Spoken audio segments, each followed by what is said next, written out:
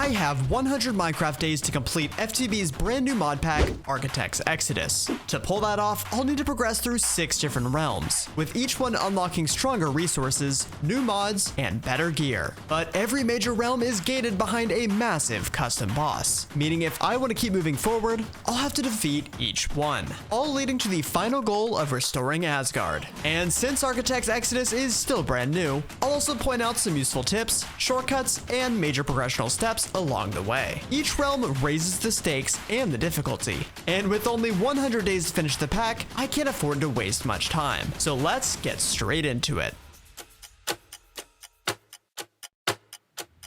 We start our journey in Helheim, a bit of a desolate wasteland that we are definitely going to want to get out of as soon as possible. But this dimension does have one very special perk, and that's creative flight. What normally takes a bunch of time to unlock, we get straight out of the gate. But that's not the only extra movement ability we have. This pack also has a pretty cool mod that allows you to combat roll around, which is actually a lot of fun and important because this dimension is full of dangerous mobs, and I can use those combat rolls to dodge their attacks, or of course, just fly away. Like most Minecraft packs, my first step is to punch some trees, and my second is to mute the little helper. I learned my lesson from The Legend of Zelda. The trees in Helheim are runewood trees from Malum, which will be a very important mod for my early game progression. But while I'm cutting down trees, I'm not just looking for saplings to replant, but also for these special exposed runewood logs, which will be very important soon. But what else is important is checking my quest book, because I can get some early food and a little direction for my first task, getting the spirit altar from Malum. And to do that, we'll have to do some more exploring. First, to find some blackstone,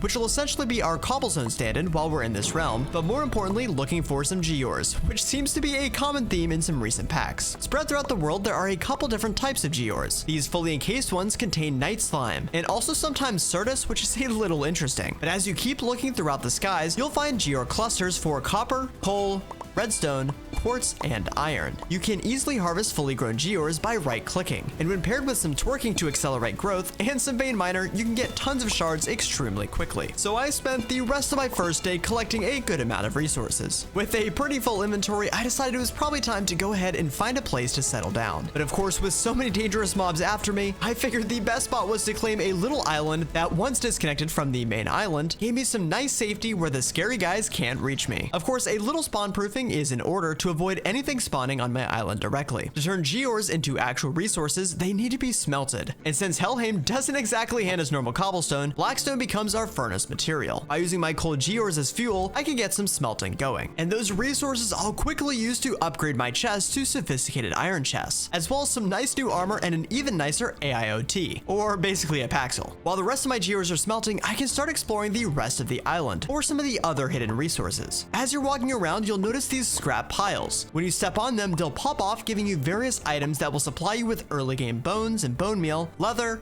paper, glass, flint, and garbage.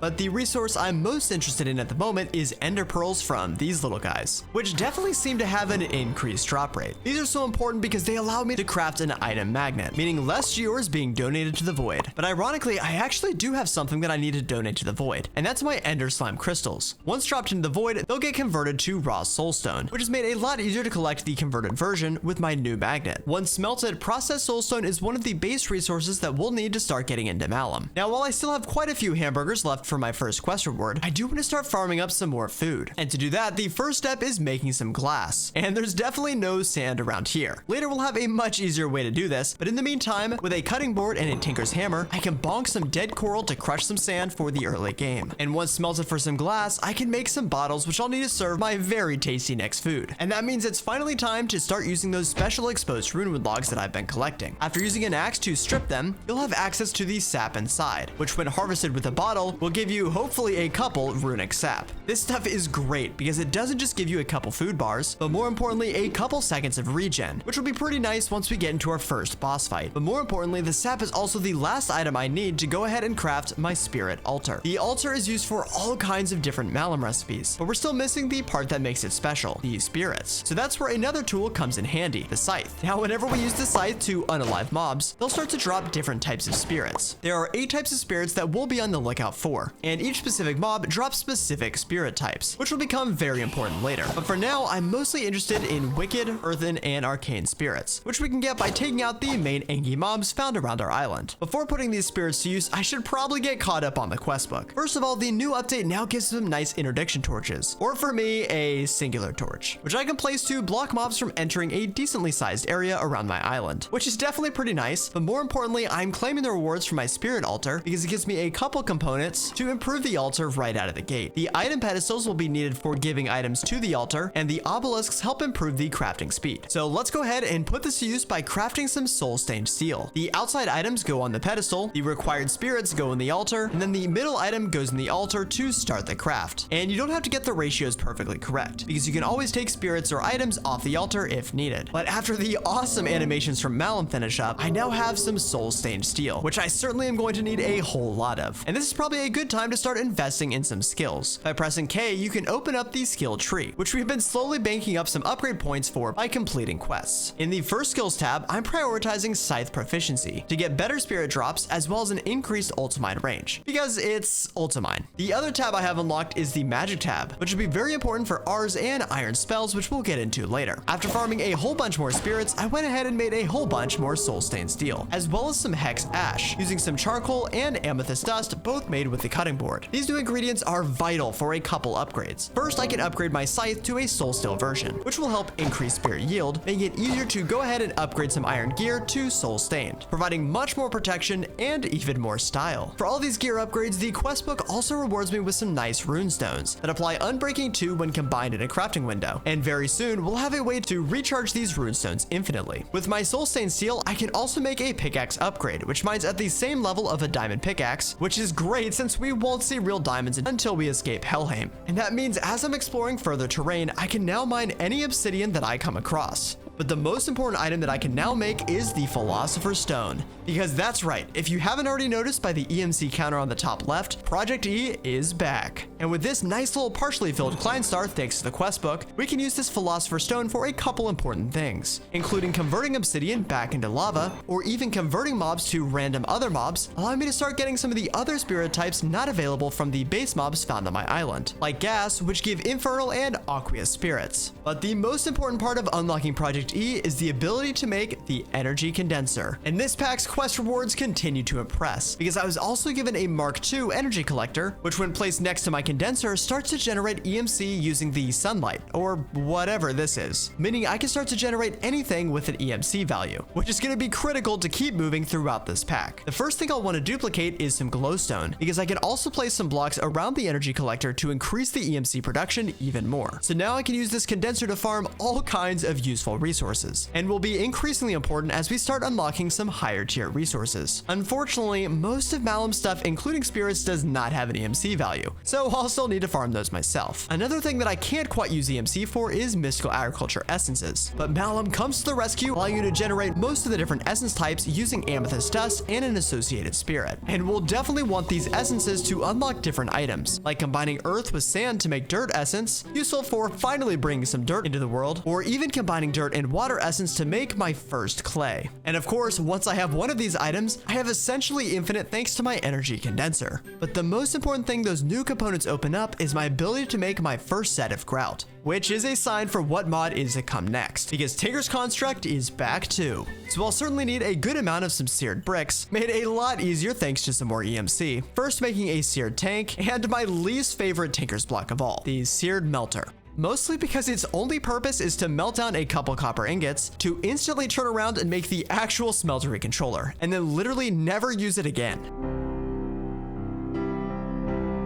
But a smeltery controller does at least mean that I can go ahead and make a nice medium-sized smeltery. Pretty much all of this is normal Tinkers, so I won't spend too much time on it. But one thing to note is that the casts are now made with copper instead of gold, which is super nice, especially since we don't have gold unlocked yet. So now I can convert gears in batches much quicker. But the reason I made the smeltery isn't actually for ingots, but instead for a slightly different resource, soul glass, which needs liquid soul. Normally we need some soul sand or blood magic to get started, but I have a slightly different and slightly scuffed shortcut. shortcut. Eventually we'll use this market to buy a bunch of saplings and seeds, but I'm actually interested in this little guy, because if I place my market on the side of the smeltery, our little market friend spawns inside the smeltery and slowly and 100% humanely gets turned into liquid soul, and I can just break and replace the market to keep that liquid soul coming. Luckily for villager PETA, I just need one block to make some soul glass. Then combined with some string made from junk and aerial spirits, as well as a little more hex ash, I can make the spirit pouch, which is extremely helpful, storing all kinds of different spirits. And more importantly, any new spirits that I pick up automatically go into the pouch as opposed to filling up my inventory. And while I'm on the QOL grind, I decided it was time to go ahead and make an iron backpack to store my growing collection of tools. Another helpful item is the elemental heart gate pearl. When placed in a nice open area, it'll spawn in a couple different waves of different mobs, each providing you with a bunch of different spirits. And if you manage to complete all 5 waves and the mini boss with the most awful and annoying sound I've ever heard, you'll be rewarded with even more spirits, a bunch of other mob drops, and most importantly, a miniature red heart. All of these items will become pretty important, so I figured it was probably worth it to go ahead and just crank through 8 more of these gates.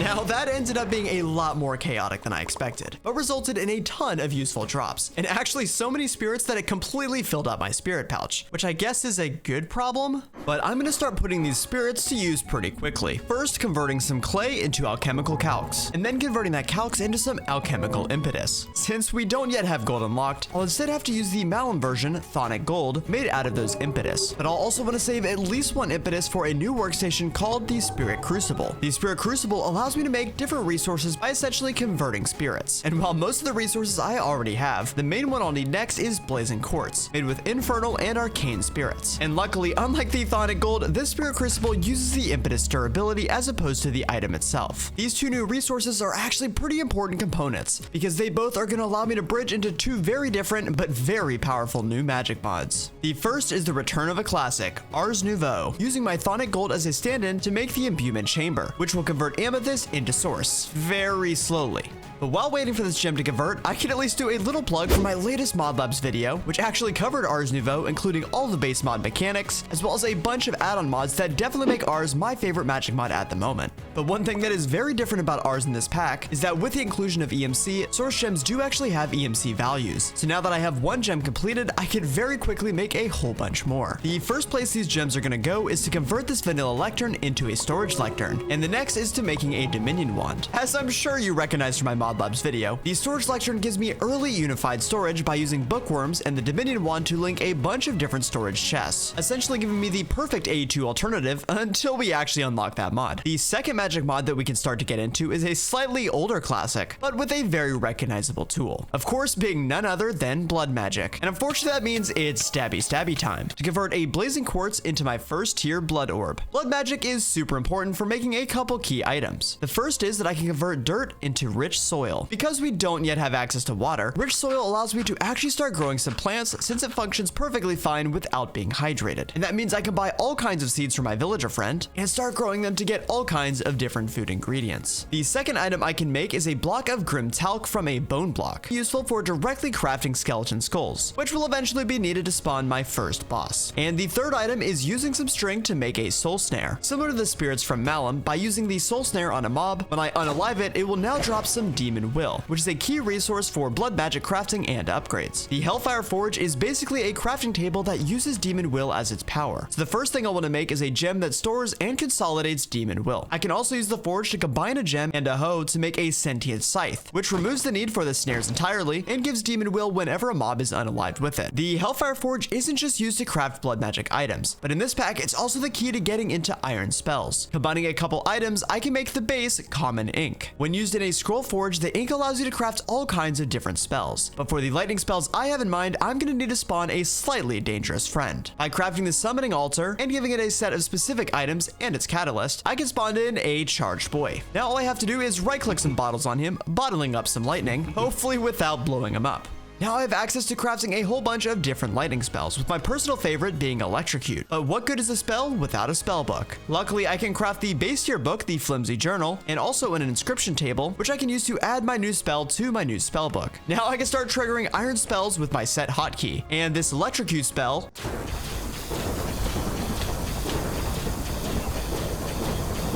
is a little bit ridiculous. And this is only a level 1 spell so far. Electrocute isn't just useful for attacks though, because it summons real lightning, which means I can do real charging recipes, like converting Surtr to charge Surtr, and also for energizing Hearthstones, which will allow me to teleport to bound locations. Or more importantly, to craft a compass that will lead me to a new adventure, because I'm starting to go a little stir crazy on my little island. So armed with some ender pearls, I'm off to visit my first challenge structure of Architect's Exodus. Welcome to the maze. This massive structure is full of a bunch of different rooms, each filled with some interesting puzzles, mobs, and loot. To progress to each room, we'll need to find the open passageway, which I can use my bows to do by shooting the walls. If they're real walls, the arrow gets stuck, but if they're fake, the arrow goes straight through. I won't show you the whole maze so I don't spoil it, but as you're looting, definitely be on the lookout for as many golden apples as you can find, because those will be very helpful soon.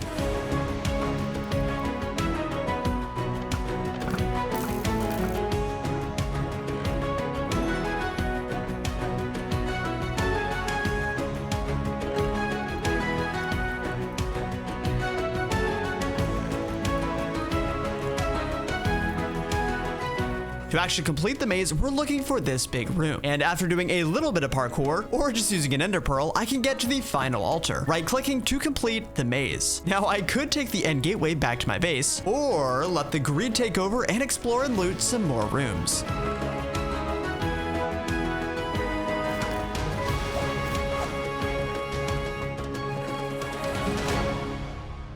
When I returned home, it was first time to store all the great loot that I found. Unfortunately though, I did too good of a job because my storage has already filled up, but nothing another couple of iron chests can't solve. But completing the maze wasn't just important for finding a whole bunch of loot, but more importantly for allowing me to make the first tier Ars spellbook. And that means I can finally start casting some Ars spells. To start, my spellbook is pretty empty, but the scribes table allows me to unlock all the different types of glyphs by crafting them. And because I built it close enough to my storage system, it'll automatically pull items needed for the craft directly from my chests, of course assuming that I have them. The main glyph I'm looking for is Crush, which actually has a special recipe in the Spirit Altar, but does need some special earth essence. Eventually I'll want a nice setup to make all 8 of the different Ars essences, but for now 1 is good enough to go ahead and convert a gem into my specific essence of choice. Crafting my new Crush glyph allows me to make a simple Crush spell, which I'll need to start making a couple dusts, specifically Blackstone Dust to enable some blood magic alchemy. This table has a couple nice use cases, but really only one that I'm interested in now, making some ashes, which doesn't sound very exciting, but this little pile of ashes opens up a couple exciting new pathways, like converting a runewood sapling into a mineral sapling, enabling integrated dynamics, or solving a bit of a redundant inventory problem, since I have 2 scythes from Malum and Blood Magic that both basically do the same thing for their own mods. So instead, I can use the salt to convert my sentient scythe into a runic version that harvests both demon will and spirits in one tool. And the quest book even gives me a nice upgrade, adding Unbreaking 3 and Mending, so that this thing is going to last forever. It also has one of the perks that makes the blood magic gear so special, because as my soul gem continues to fill up, my gear actually gets more powerful, in this case doing more damage and increasing the attack speed. Now, while we've been flip-flopping between a bunch of different magic mods, in the background I've actually been building to something much more important, because at this point I'm now just 1 item away from my first boss fight. Much like our creeper friend from earlier, to summon the first boss, Hell, I again will need to provide a summoning altar with a bunch of different items, and those include a source gem, a blank slate, and a skeleton skull, all of which we've already made. Amethyst bronze, which I can make very easily by alloying some copper and amethyst in my smeltery. But the last item, a greater potion of healing, is going to take some more work, specifically brewing, which is not exactly my favorite. Now luckily I can use fire essence as the brewing fuel, which is good since we don't have access to blaze powder yet. But without water, I still need to figure out a way to actually start with some fluid to brew. And the surprising answer is jelly beans. I mean, I guess they are blue, but somehow when brewed with a dread shard, turn into the awkward potion starting point that I'm a little more used to. To speed this process up a little bit, I can instead use an alchemist cauldron to brew up to 4 potions at a time, instead of the normal 3. First filling it up with the awkward potion base, then throwing my ingredients in one by one. A glistening melon to make healing 1, glowstone for healing 2, and an amethyst shard for healing 3. Then I can bottle out my final potion, which is so concentrated that it needed a full bucket of healing 2 potion just to result in 1 healing 3 potion. But 1 is all I need for the boss fight, so we're done here. Now I have all the items I need to spawn in hell, but I do still need the catalyst, a golden bowl, which just needs a little bit of occultism, making some demon seeds to grow its fruit, and then immediately set that fruit on fire. The purple fire allows me to make the stone needed for the bowl, but it also allows me to re-energize those Unbreaking 2 runes from earlier, allowing me to infinitely enchant all kinds of tools over and over. So with my catalyst crafted, I have everything I need to spawn in hell. But if there's one thing I learned from my Twitch playthrough of this pack, I should be heavily geared up and ready for this boss fight, because it'll definitely be more difficult than any vanilla boss. While my gear is already pretty solid, I'm upgrading my soul gems so that my blood magic gear can upgrade even further with more demon will, adding a sentient bow to my loadout for some better range damage, and using a couple of those red hearts and golden apples from before to make some red heart canisters, adding permanent additional health, as well as a couple red health patches for quick HP boost mid-battle. I'm also making a feeding upgrade to constantly keep my saturation topped up with food straight from my backpack, using fruit salad as my food of choice because it provides both regen like the sap, but also has an EMC value. Also, I should definitely remember to use all of my pending skill points, which I have a couple of, but most importantly, it's food time, because I'm scarfing down as many different food types as possible because Spice of Life Carrot Edition is in this pack, which means the more variety of foods that I eat, the more hearts that I gain, which I can get up to 10 hearts by doing. So now, armed with 52 hearts and all kinds of gear, I figured it was finally time to take on my first boss of Architect's Exodus.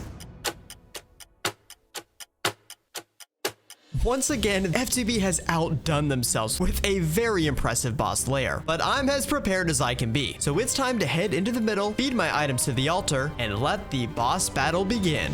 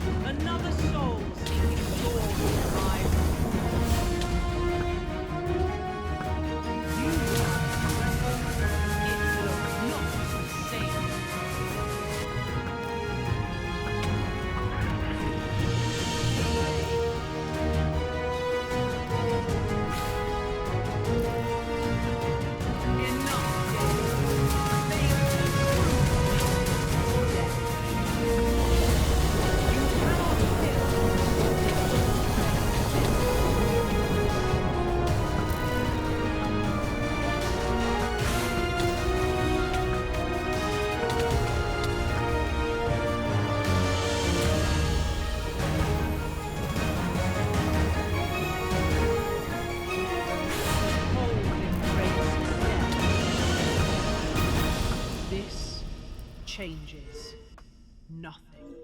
After an honestly surprisingly dominant boss fight, I pretty easily took down Hell, collecting my dead heart, which I can eat, transcending to my next physical form.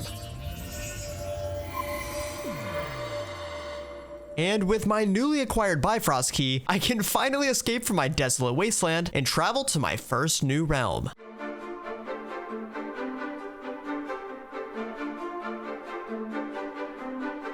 Welcome to the Bifrost, essentially the hub that connects all the different realms that we'll travel to together. Each one of these portals will take us to a realm, but unfortunately most of them we haven't quite unlocked yet. But before we take a portal to our next realm, the Bifrost holds one more secret. Back in the center of the main structure, there's an elevator in the middle that'll take you down to a villager hall full of all kinds of friends. Most of the trades have been reworked to use unrefined spirits, just like our market friend from earlier, and contains all kinds of useful items. But I definitely didn't come here for trades though, because I want to do some exploring. But to unlock my next realm, I first have to make a choice. Do I want to focus on technology in Jotunheim or more magic in Niflheim? And while I'm normally pretty bad at making decisions, my recent Twitch playthrough makes this an easy one, because we are heading to Jotunheim. Here we have traded our dead and gray wasteland with a full tundra full of ice and snow, and also giant ice spiders. Not gonna lie, that spider made me jump a little bit, and also consider burning the entire realm to the ground. But I guess I'll have to push through because this realm gives me a couple very important resources. First, we finally have access to real water, and even some sugarcane and flowers. But one thing you may have already noticed, in this realm we don't have the creative flight that I've become so accustomed to. But don't worry, in the next realm I have a way to get it back. But probably the most important thing this new dimension offers is a real underground, because I can start doing some mining to find some new and valuable resources, like black quartz, nickel, all kinds of other modded ores, and I guess even cobblestone is new. While I'm mining though, I certainly need to be on the lookout for these giant trolls that definitely seem to be pretty angry with my presence. But there are really two items that I'm most interested in, gold and diamonds, both of which are finally unlocked in this realm. And of course, thanks to EMC, I really only need one to get things moving. After collecting at least one of as many new items as I could find, and breaking my pickaxe, it was time to head back to my home base to figure out what my next tasks would be. Once again, to unlock my next realm, we'll have to take on a new boss, this time Ymir. And because I picked the tech path, I'll need to start work on a couple different tech mods, including thermodynamics, Powah, and actually subtractions. But first, thanks to my new diamonds, I can make a repair talisman from ProjectE, which will slowly repair any tool or item with durability in my inventory, meaning all that great gear that I made previously will last me for as long as I need it. So if I'm going to start down the tech path, then I'm definitely going to need a solid generator for power. And what better way to make power than with Powah? EMC comes in extremely clutch here, since pretty much all of the base components like dielectric paste, casing, and the capacitors all have EMC values. And even my starter power gen of choice for this pack, the Furnator, has an EMC value up to its basic tier. So after I duplicated a couple, thanks to tons of EMC from the gears I found on my mining trip, it was time to get my power gen set up and running. Furnators are probably the simplest generator because they take solid fuel and burn it to make power. Normally this isn't super impressive, but thanks to them having EMC and also being able to use higher tier fuels like Aeternals from ProjectE, one piece of fuel can generate over 1,000,000 RF of power. So I can just spam a bunch of Furnators to give myself a great baseline throughput. But I certainly don't want to stand here and keep manually feeding my Furnators with fuel. So to keep them topped up, I made another condenser and energy collector combo that I can keep slowly generating completely passively. But unfortunately, the last item needed to complete this setup, some item pipes, are going to need some ingot alloying. And that means I should probably start actually making some machines, which will require a new resource alloyed with some obsidian and iron, resulting in dark steel. And when I pour it over some hardened glass, it'll make a thermal machine frame, which is pretty much required for crafting every thermal machine. And while these don't have EMC values, I can automate them a little bit easier with some item translocators that are quicker than the smeltery spout, meaning it'll make the machine frames instead of just making a dark iron block. Now with a whole bunch of machine frames, I can finally start making all kinds of useful thermal machines, including a redstone furnace for easy smelting without coal, a multi-servo press, which allows me to make things like plates much easier, or even gears using a die, the induction smelter, which gives me the ability to make alloys more directly, as well as unlock some alloys that can't be made in the smeltery. While the thermal machines are a little or very slow to start out, I can use integral components in the machines to speed them up, scaled with the component tier. With some new alloys made, I can now make my item transportation method of choice, the item conduits from Ender.io, which do have a round robin mode included by default, which is perfect for dispersing fuel to my Furnators. Although not quite from thermal, there are some other machines that I'll need, including the Powah energizing orb, which charges up using energy rods to make different alloys or other crafting ingredients from Powah, as well as the atomic reconstructor, my favorite little zappy machine, used to convert vanilla resources into their actually additions variant. And actually another atomic reconstructor is the first machine I'll need in what will be a slightly crazy processing chain, needed to make my first boss spawning ingredient. But first I'll need a special lens to augment the laser, and I'm just one vanilla resource away. So that means back to Jotunheim to search for some emeralds. Unlike the other resources, you won't find any emeralds in caves, and instead it's time to do some exploring, using a nice little yeet spell from Ars to traverse the world quicker. And in this nice Ars structure, after opening a couple loot chests, I found, fell, and then collected the emerald that I needed. And of course, along the way, grabbed all kinds of other gears for a nice EMC boost. And while I'm here, this time I'll actually remember to bind one of my energized hearthstones to allow me to teleport directly back to the spot, as opposed to having to make my way through the Bifrost hub. And now with one emerald turned into many, I can make my lens of the miner. The lens of the miner allows you to convert stone into random ores, but more importantly for what I'm trying to do, allows you to convert sand into bituminous sand that when put into a centrifugal separator, very slowly extracts crude oil out of it. As an American, it's only fitting that I'm gonna need a ton of oil. So to automate this sand process, I can use an auto placer to place sand in front of the atomic reconstructor. If you have your area claimed, don't forget to enable fake player block interactions in your claim settings. I'll then use an auto breaker to break the processed sand. To avoid the block breaker immediately breaking the place normal sand, I'll block the other 8 slots of the breaker's inventory, meaning it'll only break blocks if it has space to store it. And the last step is to use a redstone clock to pulse my zapper. Thanks to the separator being the slowest machine in existence, even with some upgrades, I can pipe items directly into it without it messing up my block breaker filter. While that's zapping away, I do have some more glorp to do. And no worries, I'll try my best to fly through it as quick as possible. Crucible. I'll need a Magma Crucible to turn redstone into destabilized redstone, which when combined with my crude oil in a fluid mixer will make flux-infused oil. Then using a fractionated still, that oil gets split down into naphtha and paraffin wax. With an Ender IO enchanter, I can craft a Silk Touch book directly, which I'll use to enchant my newly upgraded diamond AIoT to grab a whole bunch of ice in Jotunheim. Needed to craft the Blast Chiller, which converts paraffin wax to its itemized form. And that quest thankfully gives me a couple upgraded components to help speed my machines up.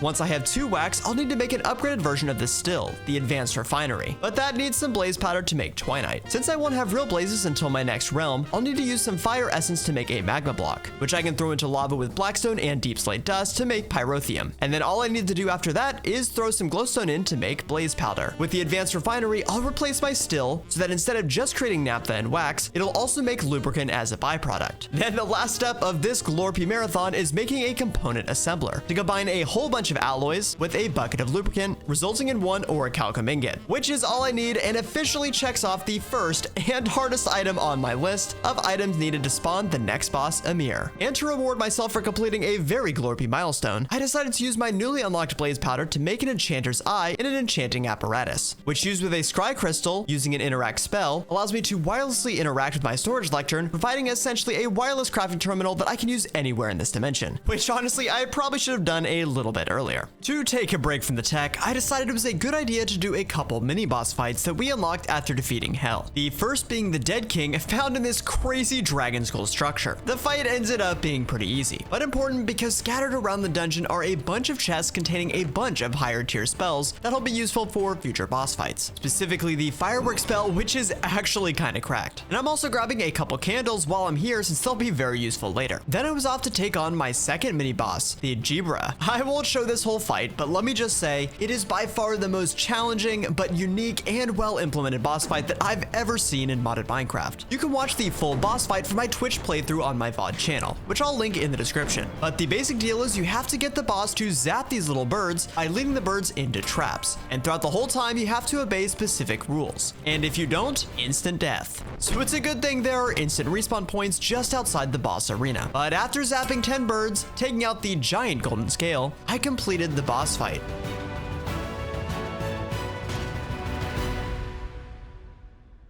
And was able to claim my reward, which makes it all worth it. My choice of an A tier sword. And I'm picking the Magiscythe, which does a lot more damage than my current scythe, but also has a special ability that when activated damages mobs in an AoE around you, which is great for crowd control. For my next 2 bosses on my boss rampage, I'm actually back in Jotunheim, first looking for a special structure with the help of the structure compass. Once I made it to the water dungeon, I wasn't just looking for some nice loot around the outside, but mainly the boss chamber in the middle, which will spawn the Ferrous Rodnot once I get close. Unfortunately, he does get a little glitched out by the water that seems to always glitch in the arena. This guy is probably the easiest that we've seen yet. I pretty much just have to bait him into slamming his axe into the ground, where he then gets stuck, and then I can smack him in the back where there's a crack in his armor. Once taking him down, I'll be rewarded with something that is more directly useful for my progress, some wrought iron ingots, which are actually the second boss item that we'll need. The last mini boss that I'll need to take on is a little bit easier to find, or in this case, summon. By providing the summoning altar with 4 infused soul dust and a diamantine crystal, I can spawn this fun little Yeti guy,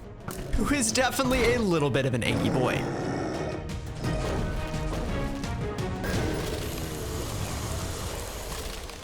After defeating him, leaving behind a frozen statue, he'll also drop a cobalt ingot, needed for my third item for Ymir. Okay, that's enough fighting for now. But with that being said, we are getting very close to our next major boss fight, and more importantly, my next realm. The last 2 items are also way easier than the rest, like the charged snowball, which literally just requires me to throw my snowball into my energizing orb. And that's it. The empowered diamantine crystal is just one extra step past the normal Zappy conversion, requiring an empowering setup, some clay, and a light blue dye. And after crafting my summoning catalyst, I officially had everything I needed to take on Ymir. But before doing that, I probably should do just a little bit more gear preparation, including making sure to use up a bunch more skill points, doing a little bit of enchanting to make my gear just that much better, using some of the inks I found along the way to upgrade my spells, specifically firework, to the highest possible level, upgrading my feeding module to the advanced version to have finer control on regen timing, and of course, top back up on fruit salad. And then finally, I figured I was ready enough to go ahead and take on my second major boss. Once again, what a beautiful boss battle arena. But there's no time to admire it because it's time to slay the Ice Giant.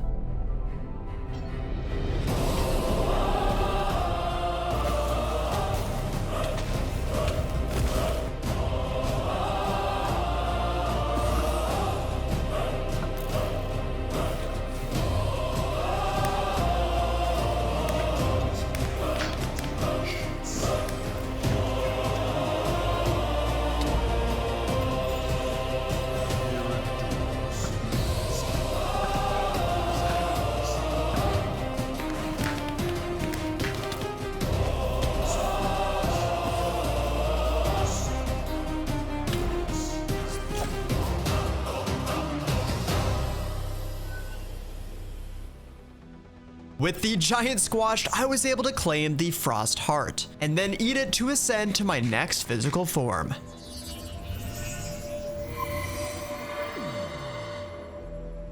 Which also unlocks my newest portal in the Bifrost.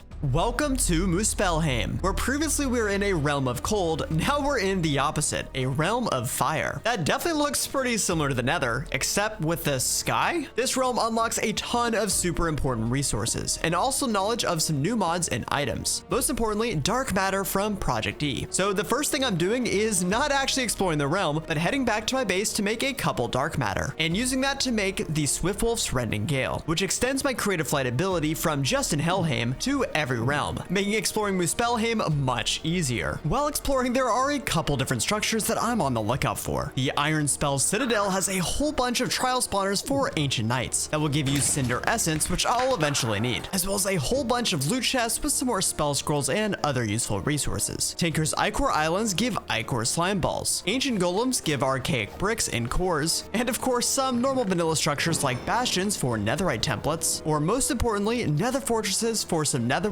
and blazes that finally drop some real blaze rods, which I will absolutely yoink a spawner for with some Silk Touch to automate back in my base. And while my inventory is basically already full, I can't forget to grab a couple Crimson and Warped Fungus before heading back home, and then immediately heading back to actually remember to set a Hearthstone so I can teleport back quicker. But my exploration is not done yet, because taking out Ymir also unlocked the other path for my tech first magic choice earlier, which means if I wanted to, I could go back and now do all the different magic quests and take on the Ice Serpent boss. But I already did both paths in my Twitch series, and if I'm gonna beat this pack in 100 Minecraft days, I'll need to keep moving. But there are still a couple things I want to check out in my newest dimension, Niflheim. Just like Jotunheim, this realm is pretty much an icy wasteland, but maybe even more so than before. It's full of tons of massive ice mountains and tons of skelly friends, but there is one specific structure that I'm on the lookout for. With the help of my structure compass, I can find the Weeping Well from Malum. This magical structure will eat and convert different items, which will be very important later, but in the meantime, I can use it to throw in some dark steel, making shadow steel, and some raw brilliance to make some mnemonic fragments. Or myself, to get rejected. But there's also another more important reason that I'm in this dimension, because while normally this is around the time that I'd start doing some nice base building, I don't quite think I'm gonna have enough days to do any crazy builds. But never to fear, because I have something else in mind.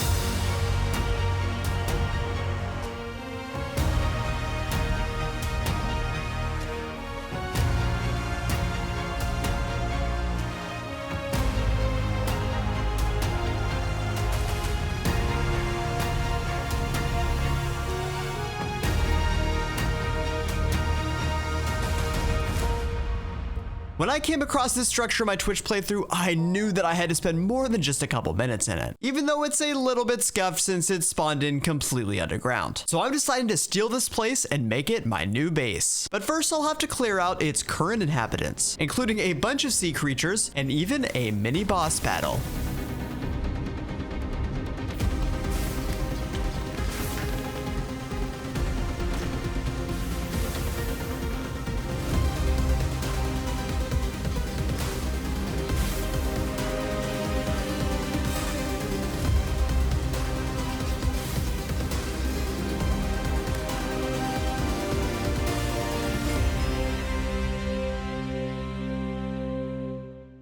But after mostly creating a safe place to live, it was time to start the slightly painful process of moving all of my stuff.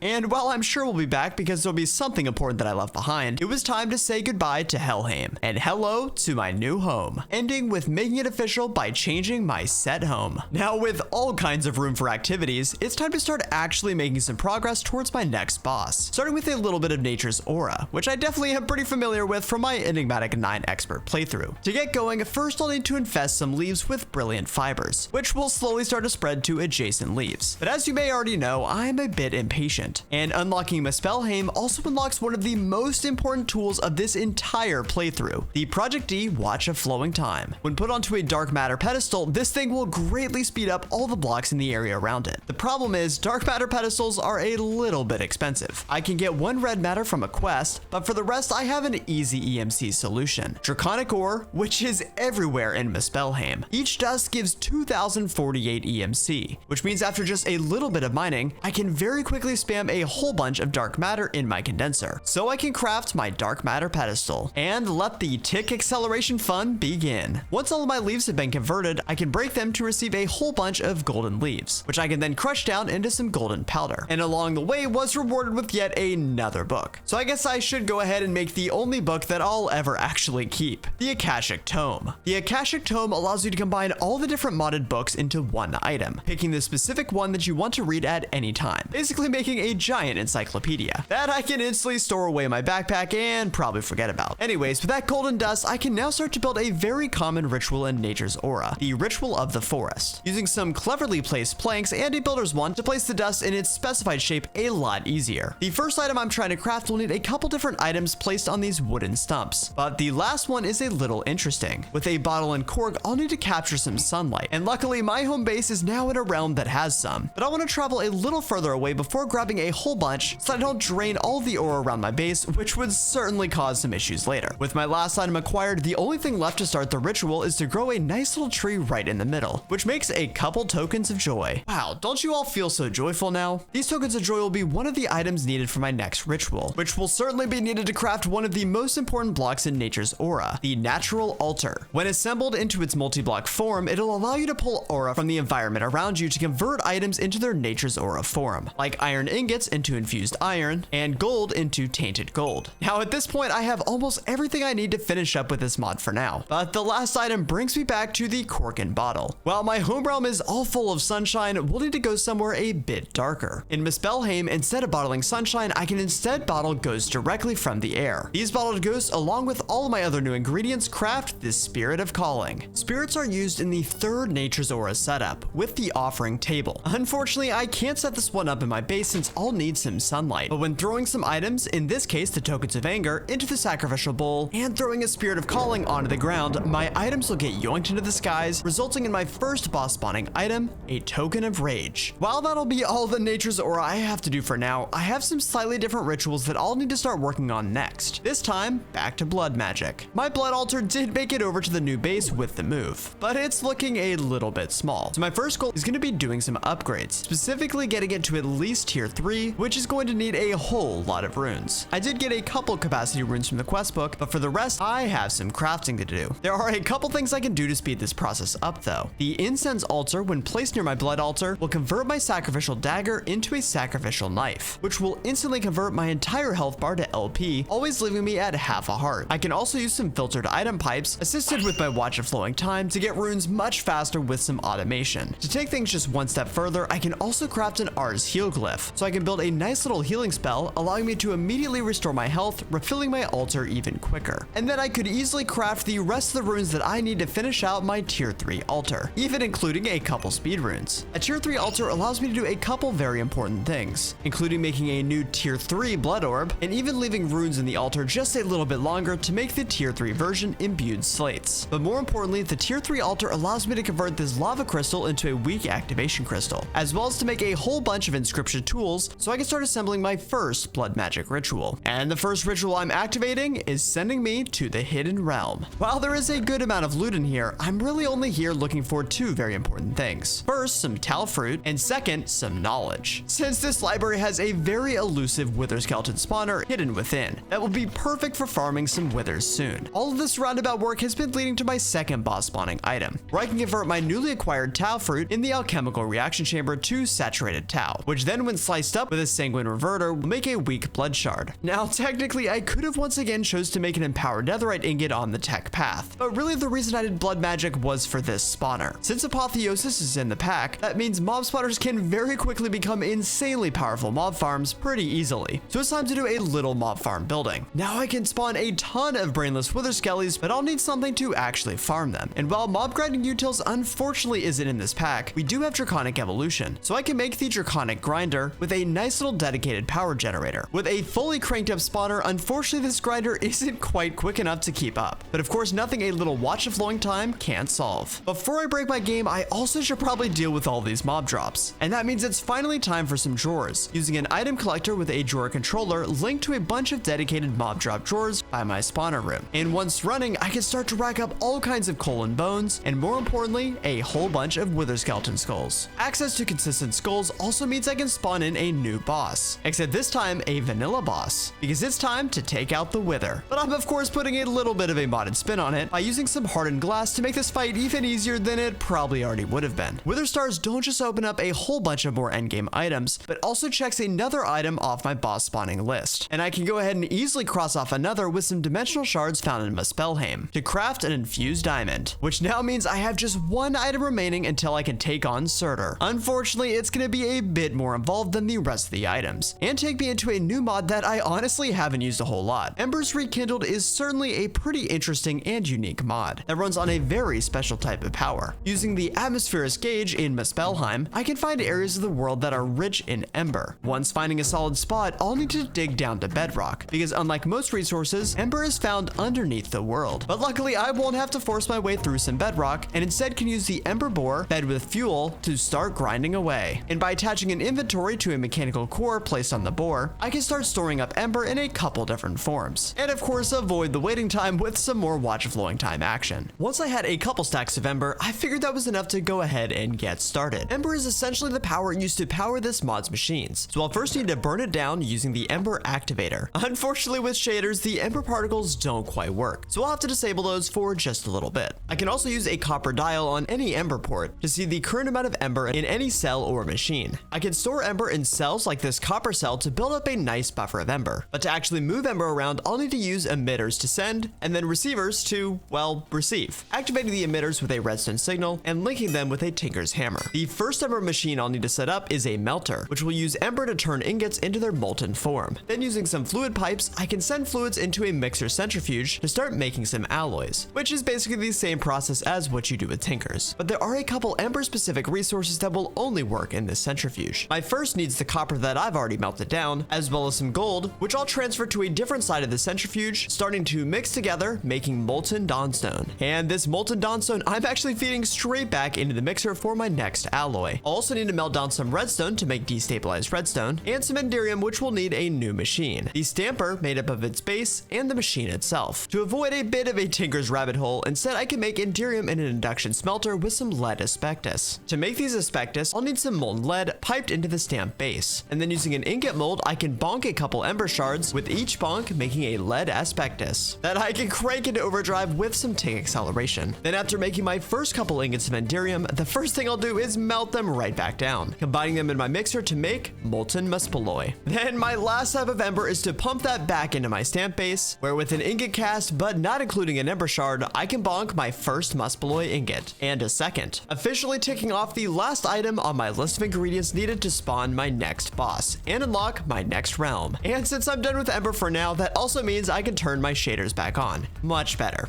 Now before I start gearing up to take on my next boss, I actually have one more thing that I want to go ahead and get started, and it's going to need a whole lot of draconium to complete. While I have a nice little power setup, to actually complete this pack, I'm going to need a whole lot more RF. And even without doing any generator upgrades, I can turn 640 RF per tick into almost 20,000 RF per tick with my watch of flowing time. But what good is power generation if you have nowhere to store it? So I'm making one of my favorite things from Draconic Evolution, using a whole bunch of redstone and draconic blocks. Hopefully this energy ball is familiar familiar to you from my ATM 10 TTS 100 days video, but even just a medium-sized tier 7 ball can store an insane 2.14 trillion RF. But I'll need a way to input and export power from my energy pylons, and actually use it throughout my base. My wireless method of choice is waiting for me to get to the next realm, but in the meantime, I can go ahead and move my dinky power generator setup to go ahead and start getting that energy ball filled up, adding a couple more furnators thanks to my energy condenser, and with my watch and flowing time activated, I now have a pretty nice 30,000 RF per tick being generated completely passively. And with that working away in the background, it was finally time to start preparing for my next boss fight. Now, this guy is pretty fiery, so the first thing I should do is find a way to avoid taking fire damage, which I'll need to do a little bit of mining for, looking for some mithril ore, because I can combine mithril scrap and some cinder essence to make a fire ward ring, giving full fire damage immunity when worn. It's also finally time for an armor upgrade, using my new tier 3 orb to craft some binding reagent, which I can use to craft some living armor, or just grab a chestplate from a quest reward. While technically this chestplate is worse than my current one, the living portion is what makes it so powerful. My quest reward gave me some healthy upgrade tomes, which add a healthy characteristic to my chestplate, in this case giving me 20 more hearts. And as I continue to do things in the world, this chestplate's upgrade points will learn the actions that I do, slowly gaining stat bonuses along the way. And I can also craft some upgrade tomes directly, like Brilliance Tomes, which upgrade the base armor protection. Once I finish my upgrades, I can swap out everything except the chestplate to maintain the living armor benefits,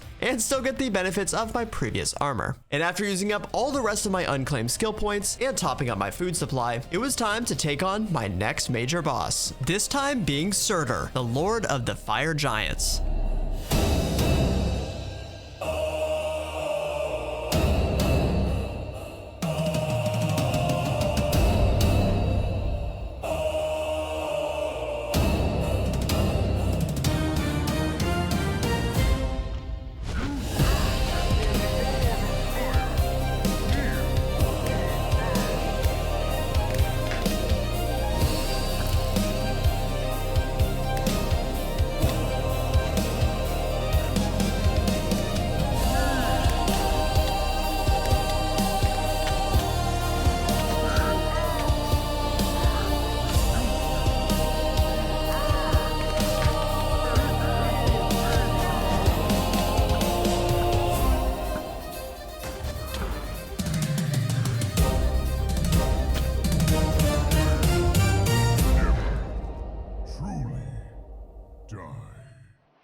And that was honestly a pretty easy boss battle. I claimed my flame heart, once again eating it to ascend to my next form.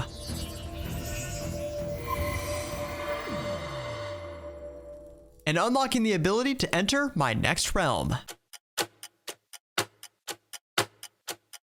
Welcome to Midgard, which essentially looks like the overworld that I'm used to, and is also pretty fitting that I'm here right at the midpoint of my 100 days adventure. In this realm, there are tons of new resources and friends that I'll want to be on the lookout for, including finally a solid source of passive animals, a whole bunch of different biomes full of all kinds of new trees, plants, and blocks, bees, shibas, and even all kinds of dragons. But ironically, the most important resource that I'm looking for first is a bunch of flowers, looking for 16 different colors of mystical flowers that will be critical for starting up my next mod. While searching, I found this slightly misplaced but massive pyramid, which I couldn't help but explore and claiming all kinds of loot. It certainly was a bit of a maze, but at its center lies this sleeping giant that I'll probably want to wait a little bit longer before waking, because with a full inventory and all 16 colors of flowers, it was time to head back home. Unlocking Midgard is huge, not just for the realm that it unlocks, but also for some of the mods and items that it unlocks. Most notably, I can turn a transmutation table into a transmutation tablet,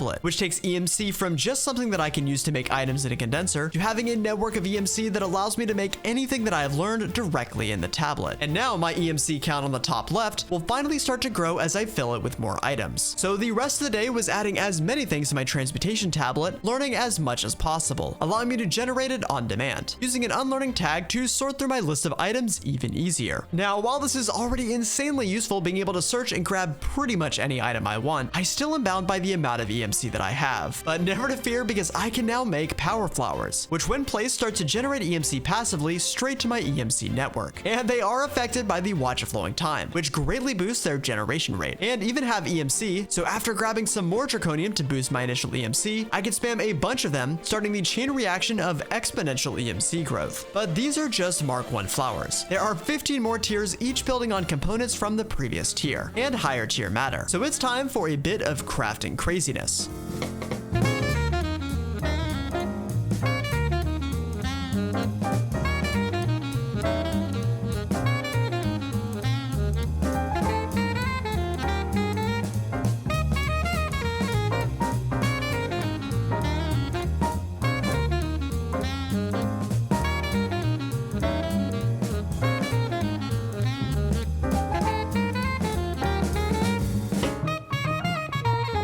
I got about halfway to the blue tier 8 before starting to lose my mind a little bit. But even with just 8 Mark 8 flowers, I am already generating 4.3 billion EMC per second, which is just a ridiculous amount. As if that wasn't already enough crazy resource generation, Midgard also unlocks mystical agriculture. So after collecting some prosperity shards in Midgard, I can start crafting my way towards Supremium, made easier because even the blocks of the essences have EMC values. So all I need is 1 block of Supremium to essentially have an infinite amount. No massive Inferium farms needed. Unfortunately, the different material essences don't have EMC values, so you would have to farm those manually, which is honestly probably for the best. But at least I can craft any seed that I want if there are any resources that I find that I'm short on. And the highest tier mystical essence, Awakened Supremium, is actually one of the 3 items that I'll need to spawn in my next boss. But unlike the others, this essence has a very special crafting method, bringing us back to Draconic Evolution, with the clicky crafters that are also probably pretty familiar to you. But I will need a much higher tier than these basic injectors to make the endgame items that I'll eventually need. And while I have basically infinite amounts of Draconic's main ingredient, the other doesn't quite have EMC. So it's time to start using my Wither Skeleton farm and set up some automatic wither spawning and farming. While I'm sure this isn't the best wither farm by any means, at least it works. Using block placers with a slight delay on the skulls to spawn in the wither, who then drops down and gets pushed towards a Draconic grinder, which instantly kills it, dropping its nether star. While technically nothing can blow up because it's in my claim chunks, I built the inside all out of hardened glass just in case. With a good amount of nether stars, I can make the withered cores that I'll need to upgrade my crafting injectors. But I'm still missing one thing: power. And that leads to one of the other mods that I've now unlocked. By bonking some redstone on top of bedrock with obsidian, I can start to make flux, the key resource for by far the best wireless power logistic mod. And I'll do the same thing I normally do with 2 networks, a red main network and a blue generator network. Anywhere I have a generator, I'll add a flux plug and then put a flux point on my energy ball, sending all of my power directly into it. Then with my main network, I'll set up a flux plug exporting from the energy ball, so I can use the flux points anywhere in the world and have full access to my entire power capacity, which means I now have the power to start the process of upgrading my crafting injectors to their wyvern versions. And after making some ancient dust and a crystallizer, I could use those new injectors to upgrade some Supremium essence into my first boss spawning ingredient. To start working towards my next item, I'll need to get into one of the mods of all time. But of course, EMC makes it just a little bit easier by giving EMC values for both living wood and living rock, all of the petals, and even the mana generating flowers themselves. But of course, EMC can help for mana itself, so I'll need to get a whole bunch of mana generation up and running. I'm using a basic mana farm that's pretty much a tiled version of what I always do. A bunch of End of Flames burning fuel, using pressure plates and redstone links to limit the drops, avoiding item Z-spawning. The only difference is I can now use Aeternalis fuel to burn much longer than normal coal, and I'm using an EMC link to constantly generate that Aeternalis using my EMC network directly. Then I'll use a whole bunch of mana spreaders to start consolidating this mana. With mana, I can start to make some of the base Botania resources, like mana steel, diamonds,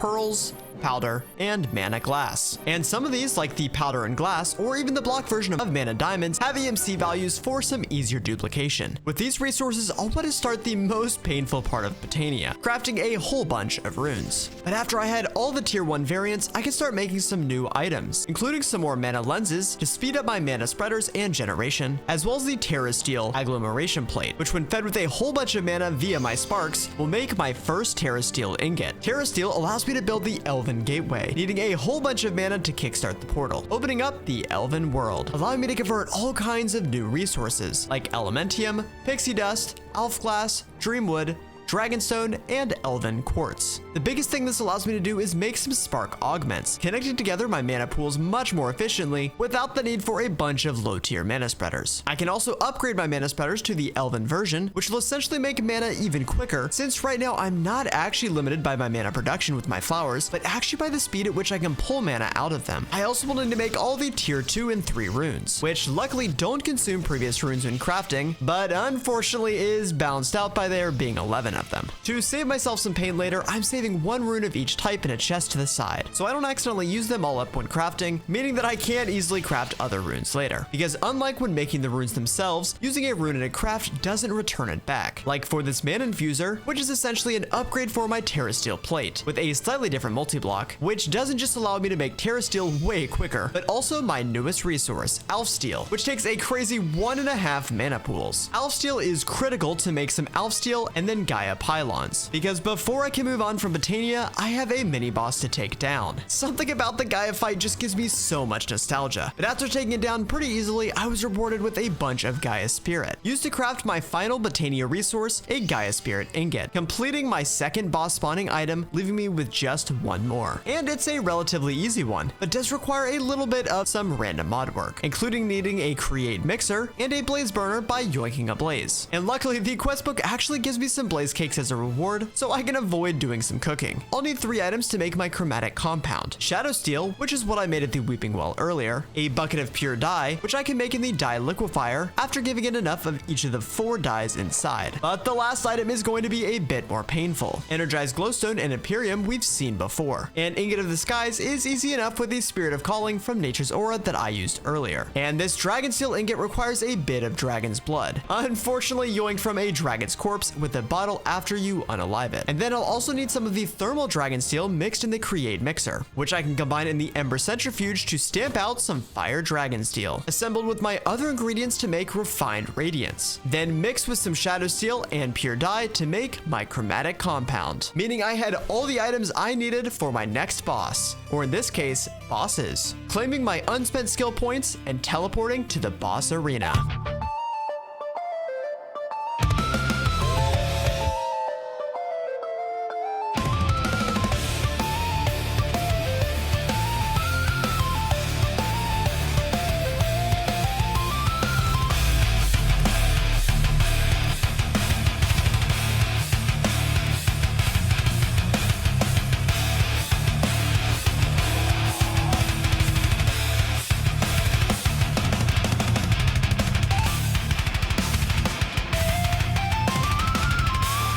The chase never ends. Those were definitely some angry doggos, but taking them out resulting in now 2 hearts that I'll need to craft together to eat and ascend to my second to last form.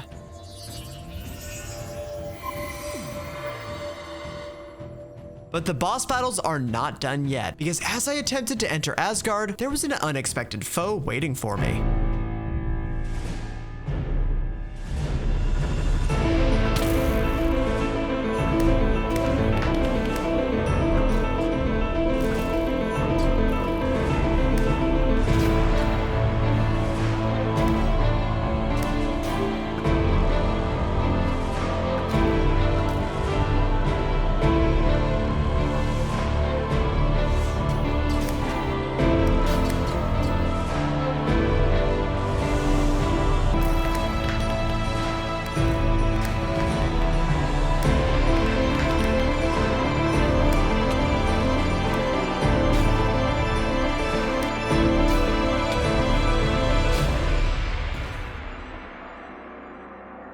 And now, after defeating Maledictus, I had taken out the gatekeeper, clearing the way to Asgard. So when I enter the Asgard portal now, I'll be taken to the magical realm, or at least what's left of it, because this certainly wasn't what I had in mind when I pictured what this golden city would look like. And I guess that's because this whole time my journey hasn't been leading me to Asgard, but instead to restore it, requiring me to summon one last major boss. But this will by far be my hardest summon yet, requiring mastery of pretty much all of the mods that we've used up up to this point. And I guess I should give an early warning that the build up to my final boss is going to be a bit glorpy, so I'll try to show the high level stuff that I have to do without getting too stuck in the details. But of course, a reminder that I have my full unedited Twitch playthrough of this pack on my YouTube VOD channel, so if you need specific help on some mod or item that I don't show, you can always find it there. The first item I'll need to make is some Draconic Ember, made with a really interesting new machine called the Dragon Forge. To make this multi-block, unfortunately a whole lot of dragons are going to need to get wrecked, and I'll have to pick a specific dragon type to farm their scales. And of course, if you know me, then you know that I picked fire. I'm gonna need almost 6 stacks of scales to make the blocks needed, and while the dragons on the surface do give an okay amount of them, if I head underground, I can eventually find these much bigger dragon layers containing more powerful dragons that drop a lot more scales. And more importantly, only these larger types will drop a dragon egg, because that's right, I'm gonna need to hatch my own pet dragon. Once I had enough scales and bones, I figured it's time to go ahead and get an egg hatching, and because it's a fire dragon, it'll need to hatch in some fire. They do take a little while to grow up, so in the meantime, I can go ahead and craft the items needed for my multi-block. 1 Dragon Forge core, a Dragon Forge aperture, 8 dragon bone blocks, and at least 17 dragon bricks. Then I can build the simple 3x3 multi-block forge, filling it with 2 dragon steel and fire blood, and wait for my little dragon to hatch. And finally, I had my baby dragon. To make him big and strong, I can feed him with a whole bunch of dragon meal until he's large enough that I can ride him, shooting fire into my new forge until it creates my Draconic Ember, with just a little bit more needed for my second, completing my first quest of Asgard. And while I'm done with my dragon forge, there's no way I can leave my new pet behind, so I'll use an ender lead to pick him up, allowing me to bring him along with me. And I'll have to use some self-restraint to not spend a couple days just flying around on him, exploring and firebombing mobs. My next quest is going to require 7 different crystals, each forged in a different fluid. I won't lie, this process is a little bit painful, and not exactly the most exciting, since each fluid is usually a multiple step process of throwing a bunch of random items to convert a fluid to another fluid. But at least the actual crystal crafting is easy, just by throwing a null crystal into its associated fluid, getting the affixed crystal back. So I guess there's only one way to power through all the rest of these. Time to start up the montage.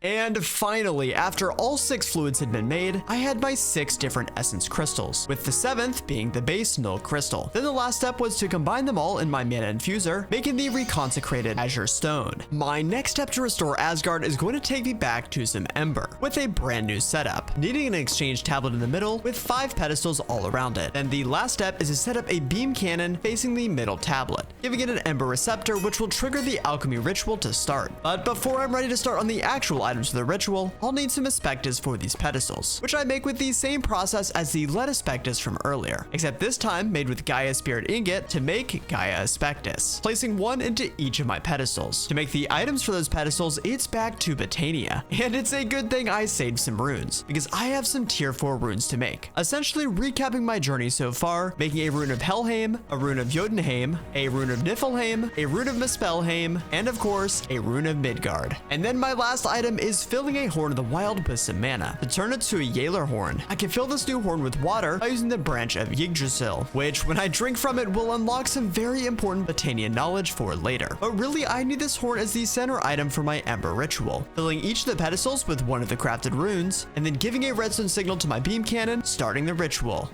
and making my gate pearl for the Prelude to Ragnarok. And I'll want to get myself to a nice open area in Asgard outside of the spawn before triggering this gate pearl, because really it's a reunion of all of our friends up to this point.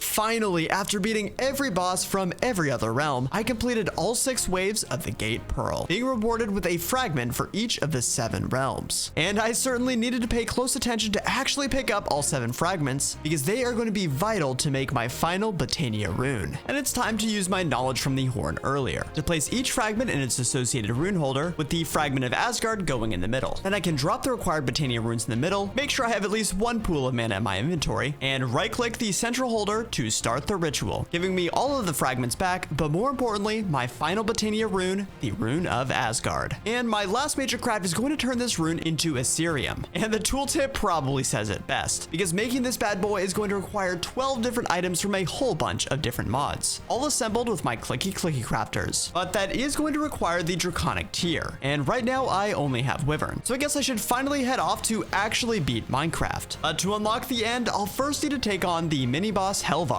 spawn in Midgard with the summoning altar. And while it took a little longer than I expected because those orange weak spot hitboxes are a little bit weird, I finally took down Helvar, claiming Helvar's sword. And even though the fight itself was a little annoying, the animations, specifically the transitional animations, were really well done. But I didn't just do that fight to get a sword, but instead to unlock a mini realm, taking me to the end, where it's time to take on a familiar opponent. Made a little more annoying since this version of the dragon will spawn in some annoying phantoms Totems, Vespers, and Dreadbeasts, as well as regenerate end crystals throughout the fight and also stop you from flying for long periods. But after an easy but time-consuming fight, the Ender Dragon was defeated. Of course, technically beating Minecraft, but more importantly, giving me a dragon heart. And unfortunately, I'm going to need 2 more to actually beat this pack. But before actually respawning my next dragon, I realized it probably would be a good idea to max out my skill points to try to make the next fights a little less painful. While I'm taking out my next 2 dragons, I can't help but get on my soapbox a little bit on how much I dislike whatever dragon rework mod is in this pack. I've seen it a couple times now, and it really makes me dislike this fight as a whole. Yeah, the vanilla dragon is a very easy fight, even before you start adding modded gear, but I feel like spamming a bunch of annoying mobs and respawning pillars every minute isn't really the right way to fix that fight, and ends up just feeling like a time sink instead of actually increasing the difficulty. But after taking out my 3 dragons, I had 3 dragon hearts, and I was definitely ready to get out of the end and back to my base. I'll have to be very tactical with my dragon hearts to avoid doing that again. But to start, I want to use all 3 of my dragon hearts to convert some draconium blocks to awaken draconium. That does actually complete a quest in the draconic chain, giving me another dragon heart as a quest reward. But this heart I'm going to want to save in my backpack for later. Then with my 12 blocks of awakened draconium, I can start the process of upgrading all 12 of my wyvern injectors. With all of my injectors upgraded to the awakened tier, I can now start to work on the items that I'll put into them. And actually my first item I can get directly from a quest reward, claiming some draconic cores, only needing 1 for my Aserium. Of the other 11 items, luckily there are a couple more easy ones, like a draconic ember, which I made earlier, Muspelheim, which I also made earlier and made sure to have an extra ready for this craft, Gaia ingot, which is another easy craft with some leftover Botania ingredients, and orichalcum is a familiar one, even though it does require a quick trip back to my old home to grab another bucket of lubricant before actually forming the ingot in the component assembler. My next couple items bring me back to Malum at the Weeping Well. I can throw in some chthonic gold to make some malignant lead, as well as some mystical flowers to make some rose of oblivion. The rose is actually one of my crafting ingredients directly, so that one's easy enough. But my new lead needs some spirit altar work, unfortunately including another trip back to the well to make an anomalous design, which is then infused with 4 of every type of spirit to make a complete design, thrown into the well to make a fused consciousness, and then combined with some null slate and alchemical calx, making a stellar mechanism. Using the lead from earlier, I'll also need to make a pewter ingot, some iridescent ether, and I'll also set aside a warp flux. But my last Malum item will take me into a part of the mod that I honestly probably underutilized throughout this playthrough. Malum rituals use totem bases and spirits to give useful effects, like this totem, which I can fill with an arcane and 2 sacred spirits to provide healing to entities around it, making my blood altar sacrificing even easier. But for the item I'm looking for, I'll need something a little bit darker. If I instead start a ritual with 5 arcane spirits, it'll blight all the earth around it, leaving behind things like soulwood growth, which will grow into soulwood trees that I can cut down for its logs. But it'll also convert other normal blocks into their tainted versions. Like if I take some exposed runewood logs and place those in the area, they'll get converted into exposed soulwood, which I can then strip and then bottle up for some cursed sap, crafting together to make a cursed sap ball. And now with 32 of every single spirit, my crafted items, and my cellar mechanism in the middle, I can make the purified spirit, which is my 7th completed item.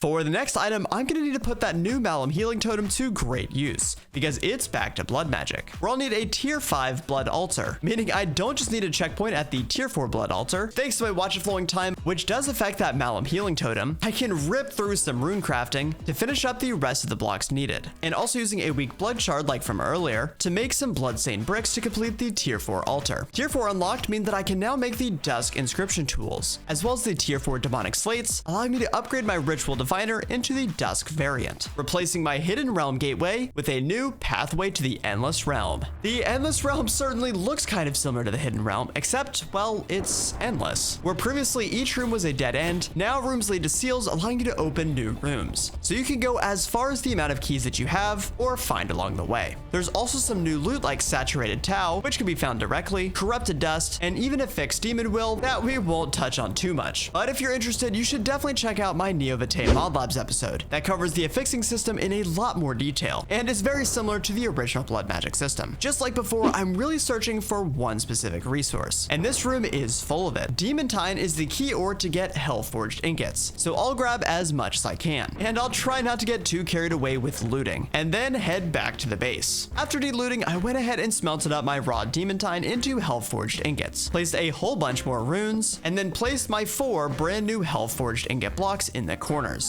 to complete the max tier 5 blood altar, which with a whole lot of stabby, I can make the max tier ethereal slate, which is the 8th item that I need. With only a couple days left, I figured now was as good a time as any to go ahead and take on vanilla Minecraft's last boss, using the structure compass in Midgard to find an ancient city. Mostly looking for echo shards, but of course taking out a couple wardens doesn't hurt either. I'm also so geared up at this point that these little guys don't scare me that much. I really only needed 1 echo shard since they do have an EMC value, but I couldn't help but do a little bit of looting along the way, mainly because I'm still looking out for a mythic apotheosis affixed piece of gear that'll be important for one of my next items. Unfortunately, after looting pretty much every chest I could find, I figured it was time to go ahead and head out. But this time, not back to my base, but instead to the Bifrost. Because after ignoring them for most of the series, I actually need to do some villager trading, specifically with this guy. The cleric allows you to buy the miniature hearts that we previously used for a bit of a health boost. And luckily, since we just did that Gate of Ragnarok, I have a bunch of extra boss hearts that I can craft into distilled power to do some trading. And I'll need all 4 tiers of hearts, which means I need some Dawnstone Aspectus for yellow, Terrasteel Nuggets for green, and another rune recipe to make Primordial Dragon's Blood for the highest tier blue heart. And with all those hearts and some echo shards, I could craft the Soul Heart Crystal, completing my 9th item. With only 10 days left, I was starting to feel the heat. But luckily, I only had 3 items remaining before I could start preparing for my final boss fight. To make the Mark of Mastery, I'll need 1 of each of the different Ars essences, made much quicker with the Watch of Flowing Time, which will fill up the pedestals for my enchanting apparatus recipe. For the middle item, I'll need to do a summoning Wilden ritual, augmented with each of the 3 Wilden items to summon the Wilden Chimera. After quickly defeating the mini-boss, I was rewarded with the Wilden Tribute, allowing me to craft my 10th item. Because I didn't get lucky on my ancient city mission, for my next item I'll need to do some exploring, because I'm looking for some mythic affixed gear from Apotheosis. Unlike in the current version of Apotheosis, which has world tiers, this version is dimension based. So in theory, with Midgard unlocked, I now have a low percentage for any boss or item to spawn with the highest mythic rarity. But of course, I have to find one first. So I spent the rest of the day searching around the realm, opening every chest I could find. Until finally, after almost 2 whole days of searching, I gave up and decided to head to the end to try my luck there. And I kid you not, literally within like 2 minutes, I got a mythic boss to spawn, which dropped the Godforged Pearl that I had been searching for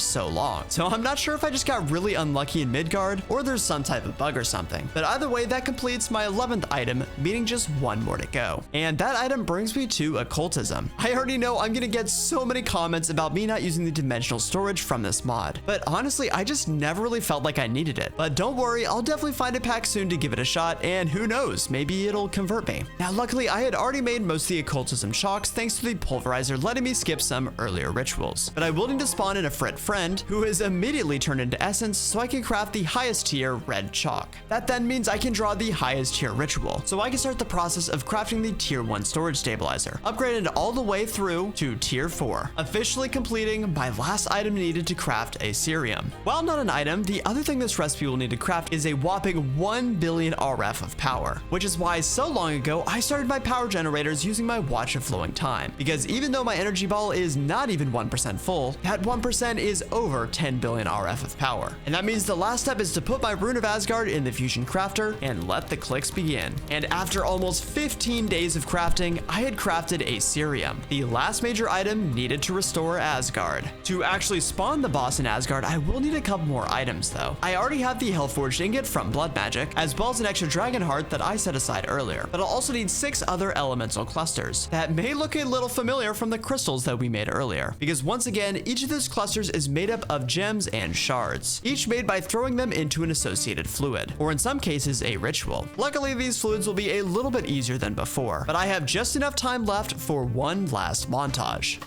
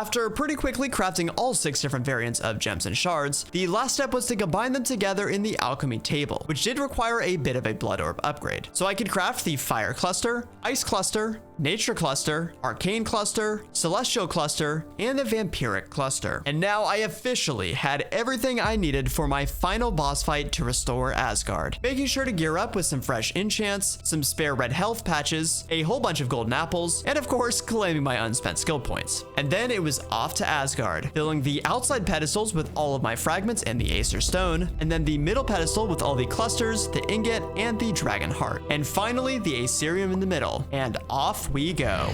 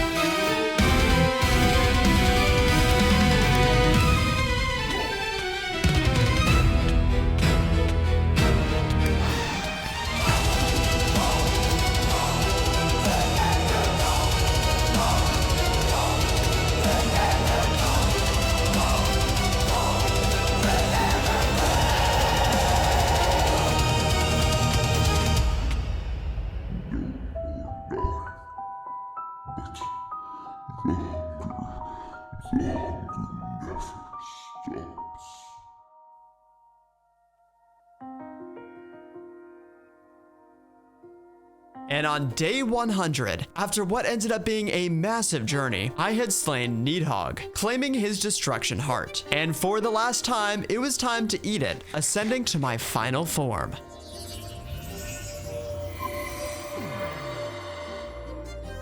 Fully restoring Asgard and claiming my crown, which isn't just stylish but gives me an insane amount of mana, spell power, and cooldown reduction. But even that pales in comparison to my final quest reward, which puts me in creative mode. And if that's not true power, then I don't know what is, since it allows me to truly rebuild Asgard in whatever way that I want. I really hope that you guys enjoyed watching my journey through Architect's Exodus. This video was an absolutely massive project, but easily the most fun I've had making a video so far. If you haven't already, I hope you'll consider subscribing and leaving a like to not only support my channel, but also show that there is continued interest in these kinds of playthroughs. I have tons of great new videos coming soon, including a very special Mod Labs video, and more playthroughs of some extremely exciting new packs coming soon. And now, after a crazy journey through all kinds of different bosses, I could finally sit back and watch the sunset on my 100th day.